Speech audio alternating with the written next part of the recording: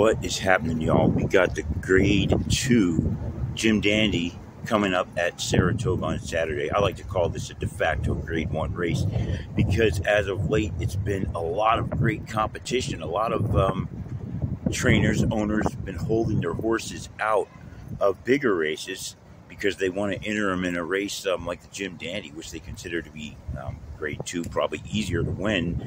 But because so many trainers have been doing that, we've been getting some good Jim Dandies, and to me, it's like a de facto Grade 1. So, only 6 horses running in this one, even though we do have some good horses, 4 horses in particular out of these 6 that have shown that they could be very competitive. Grade 1 wins for 3 of them, and then a Grade 2 win for another one. So let's get into this. We got number 1, Sierra Leone, horse out of Gunrunner. We all know this horse very well. Horse has never finished out of the money. Very good record. Started off with a maiden win, second by a nose in the Remsen. That was a race where he was famously door knocking the Remsen. Got a win in the Risen Star. Got a win in the Bluegrass Stakes. Second by a nose in that epic Kentucky Derby photo finish loss. Then came out third place, lost to Dornock again, and a new upstart horse, Mindframe, was in that race as well. So Sierra Leone, no bad races, but he's not really that top horse that's going to beat everybody. He loves to close. Probably going to be closing again on this one. Don't know how far he'll stay off the pace, but he doesn't like to run up front. Flavian Prime. This one is Airgate horse. Smart Strike on the other side of that breeding. So strong breeding as well, just like Sierra Leone. Jaime Torres, jockey on this one. Dwayne Lucas is the trainer. Now this horse was the Preakness winner. Horse got off to kind of a rocky start. Had Nick Juarez riding him for a while, and Nick Juarez has a unique ability to be able to hide a horse's true talent. So after running 10th in the Bluegrass Stakes, being beat by Sierra Leone in that race, they switched him up. Jaime Torres rides him in the Pat Day Mile, gets a win. Comes back in the Preakness, gets a win. Now, 7th in the Belmont Stakes, 12 lengths off the leader in that one. So he was a bit outmatched in that. But I got to say, since that Belmont Stakes, we have seen Seize the Gray with some really good workout times. 47-second breezing, a 1-minute breezing, a 59-second breezing, and a 1:11.6 furlong breezing time. Horse looks to be in good shape.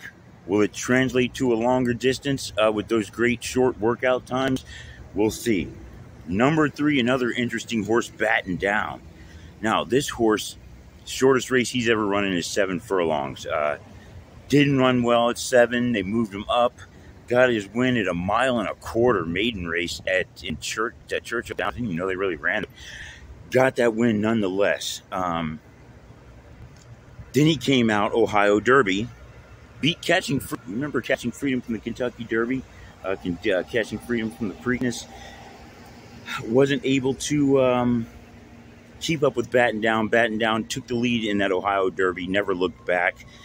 So he likes to run up front, likes the distance.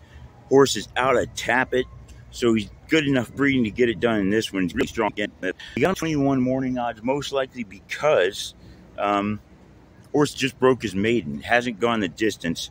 Umberto Rispoli's been riding him, but they switched him up to Joel Rosario.